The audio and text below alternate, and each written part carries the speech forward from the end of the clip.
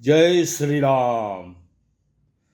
વિશ્વ હિન્દુ પરિષદ પ્રેરિત રામનવમી જન્મોત્સવ માં જય પરમાર અને અશોકસિંહ ડોડિયાએ રામ નામ કે હીરે મોતીનો ભવ્ય કાર્યક્રમ રાખેલ છે.